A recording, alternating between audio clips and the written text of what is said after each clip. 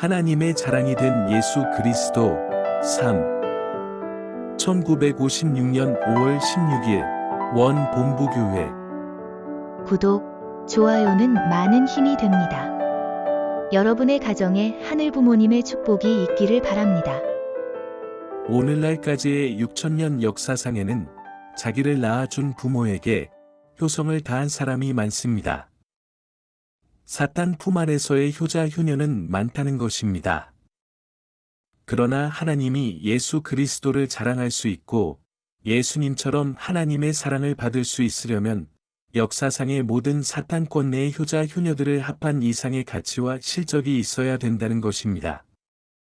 그래야만 하나님이 이는 내 사랑하는 아들이라고 할 수 있고 천상천하에 유일하게 천륜을 대신한 효자가 될 수 있다는 것입니다. 이런 기준을 가지고 예수님이 수많은 군중을 바라보게 될 때 어이가 없었다는 것입니다. 그러한 예수의 심정이었기 때문에 자신의 가치와 그들의 가치 사이에는 천지의 차이가 있다는 것을 느꼈습니다.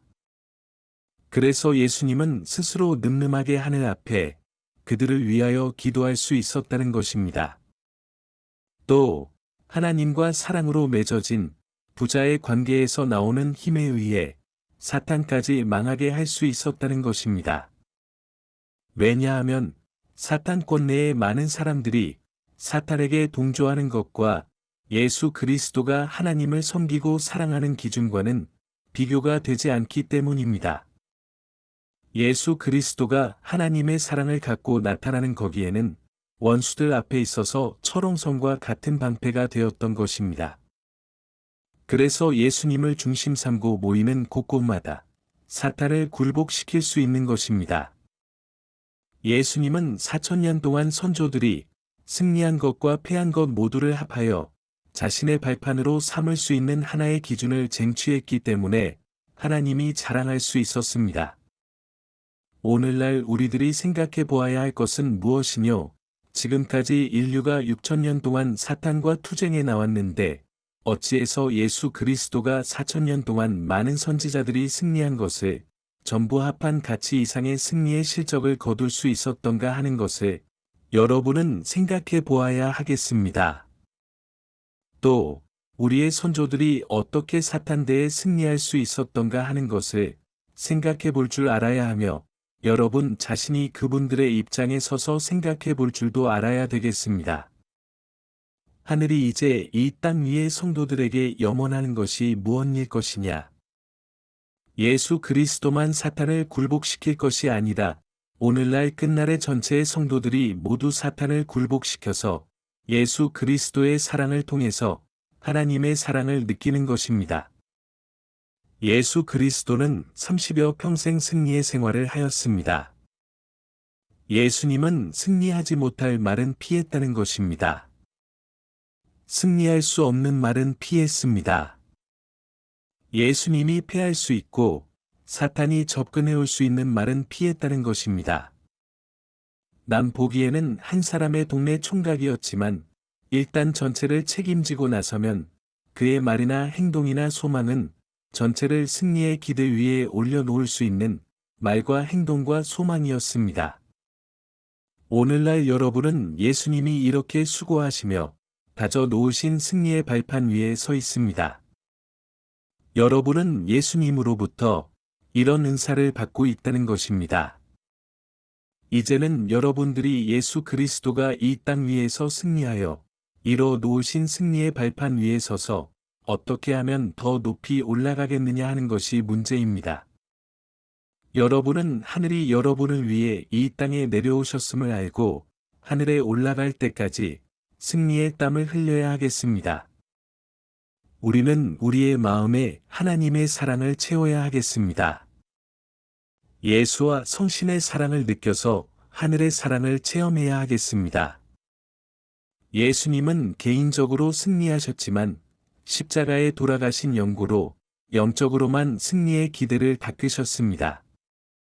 그래서 2000년의 역사를 종결해야 하는 우리는 예수의 영적인 기대 위에 서서 예수의 몸을 대신하여 승리의 터전을 이루어 놓지 않으면 안 되는 것입니다.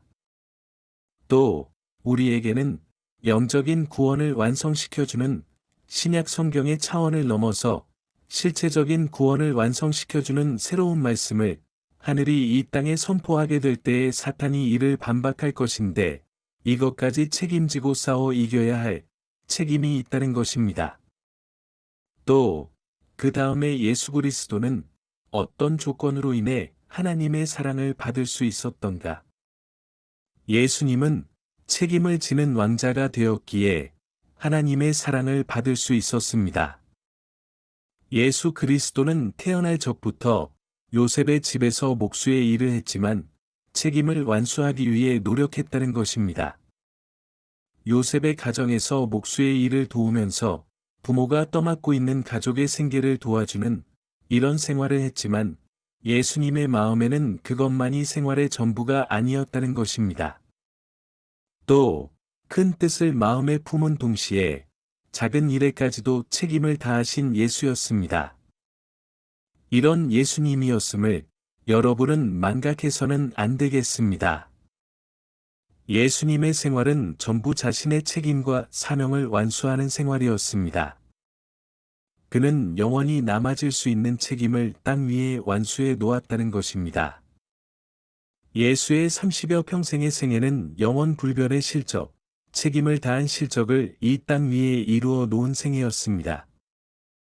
그렇기 때문에 예수 그리스도의 말씀이 그리스도의 믿음의 복음이 남아있는 이상 그의 생애도 남아질 것입니다. 예수님은 자기 일대에 있어서는 말할 것도 없고 역사적인 면에서도 책임을 졌다는 것입니다. 그리고 하나님께서 4000년 동안 역사에 오신 뜻에 대해서도 홀로 책임을 졌다는 것입니다. 예수 그리스도 이외에 하나님의 책임을 대신하여 나서는 이가 이 땅 위에는 한 사람도 없었다는 것입니다. 예수님은 혈혈단신으로 책임을 했다는 것을 여러분은 알아야 하겠습니다. 계속